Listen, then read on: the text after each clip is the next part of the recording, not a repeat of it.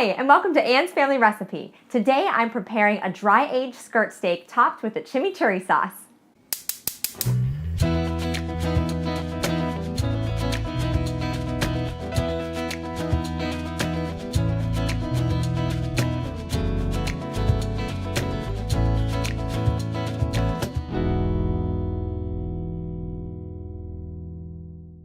For today's video, I've partnered with Logan Family Farms in Irwin, Pennsylvania. They specialize in the most incredible dry-aged steaks, Berkshire pork products, and even sweet corn. At Logan Family Farms, they dry-age all of their beef for at least 21 days, and the results are absolutely phenomenal. So this is a skirt steak, and typically you would want to marinate this before you cook it. But after the dry aging process, the meat is so tender already, it's not even necessary. And we're adding this incredibly vibrant and flavor-packed chimichurri sauce on top, which is a mix of parsley and cilantro and oil and some spices, and it's going to give this tons and tons of extra flavor.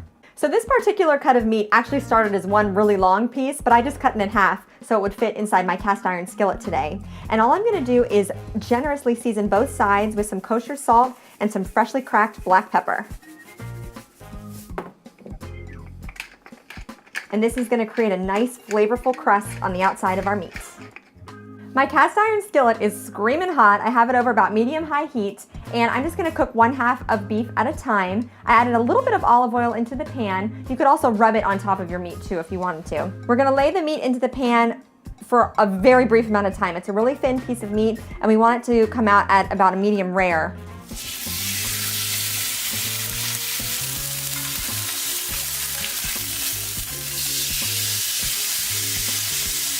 I'm just going to insert my meat thermometer right into the center of this steak just to check the internal temperature. For medium rare, it should be somewhere between 130 and 135. You can see this steak cooked to right around 131 degrees Fahrenheit, which is perfect for medium rare. So now I'm going to tent both of my pieces of meat and allow them to rest for just about 5 to 10 minutes to help redistribute the juices.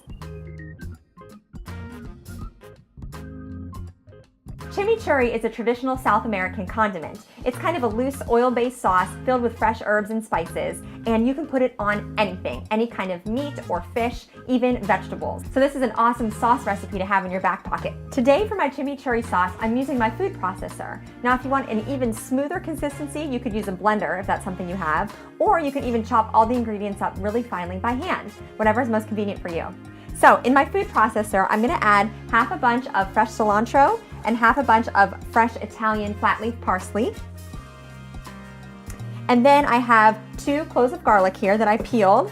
I'm adding about 1/3 cup of olive oil and about 1 tablespoon of red wine vinegar. If you don't have this, you could also substitute a little bit of fresh lemon juice. And then I'm gonna season with kosher salt and then some black pepper. And lastly, just a little bit of crushed red pepper flake. This is kind of my take on the chimichurri sauce. I've also seen recipes where you can add in fresh or dried oregano or a little bit of red onion or white or yellow onion, whatever you have for that onion flavor. But this is what we're going with today, and it smells amazing. So now we're just gonna blend it up. Oh my gosh. Okay, this sauce smells incredible. It's making my mouth water. I am gonna taste this though just to check for salt, and you can also add more garlic or chili flake, whatever you want to suit your taste. Oh, that's good. Oh, it's really good. I'm keeping it. Our meat has rested for a few minutes, and you can see that this is the way that the grain of the meat runs, up and down here. So you want to cut against that. We're going to cut the meat on a diagonal here, and that's going to ensure that every bite is super tender. Let's cut into this here and see what it looks like. Excellent. All right, so my cutting board is moving all over the place, so I'm just taking a wet paper towel and sticking it underneath. And that's gonna keep it in place a little bit better, I think. There we go. Okay, that looks pretty incredible. And now comes my absolute favorite part, giving this dry-aged steak a taste. I'm gonna try the meat first by itself, and then we'll top it with a little bit of the chimichurri sauce. I wanted to give it a little bit of time for all the flavors to marry together, so it's on the counter behind me here. Here we go.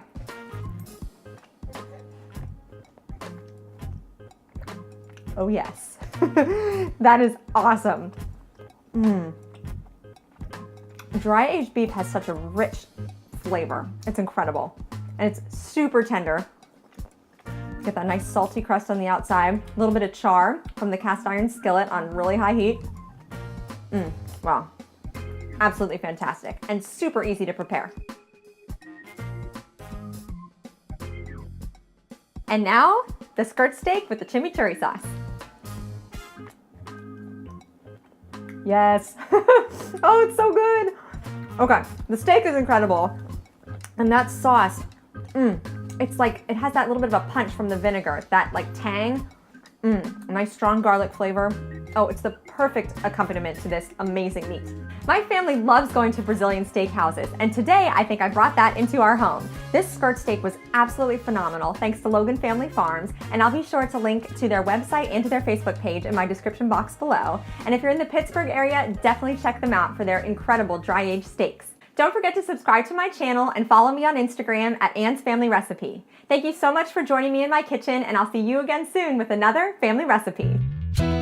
For the full recipe, check the description box below, and don't forget to subscribe to my channel. Thanks for joining me in my kitchen.